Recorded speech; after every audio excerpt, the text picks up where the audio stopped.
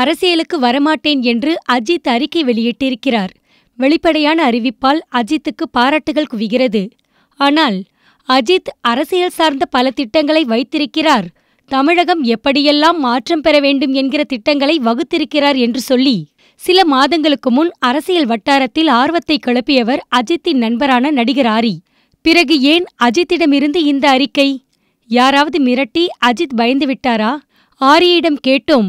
அவர் பதிலின் audio பதிவிலிருந்து. நாடாளுமன்ற தேர்தல் வரதுனால அவருடைய நிலைப்பாடை தெளிவு பண்ண வேண்டிய ஒரு கட்டாயத்தை ஏற்படுத்தியிருக்காங்கிறத நான் சொன்னேன். அவர் வெளிநாடுகள் அவர் அந்த நேரத்தில் போயிட்டு வரும்போது அதை கவனிச்சுட்டு அது மாதிரி எல்லாம் நம்ம நாட்டில் செய்யறதுக்கு வசதிகள் நம்ம முன்னெடுத்தோம்னா செய்ய முடியுங்கிறதெல்லாம் அவர் சொல்லியிருக்காரு, பகிர்ந்திருக்காரு நட்பு வட்டாரத்துல.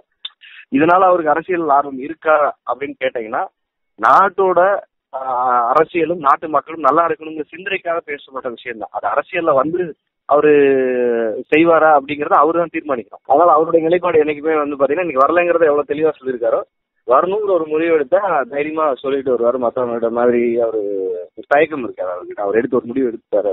எல்லாருமே இப்ப பாராட்டும் போது எல்லாருக்குள்ளயும் முதல்ல ஒரு சந்தோஷம் இருக்கு. அப்பா வரலன்னு சொல்லிட்டாருப்பா, அதனால சந்தோஷம். அப்பா நம்ம காம்படிட்டர்லப்பா, அஜித் நம்ம நண்பர்ப்பா, நம்ம வீட்டு பிள்ளைப்பா, உமாவுக்கு செல்ல பிள்ளை, கலைஞருக்கும் செல்ல பிள்ளை, எல்லாருக்கும் செல்ல பிள்ளையாக அவர் வலம் வர போறாரு அப்படிங்கிற போது இப்ப யார போய் குறை சொல்லுவீங்க? இப்போ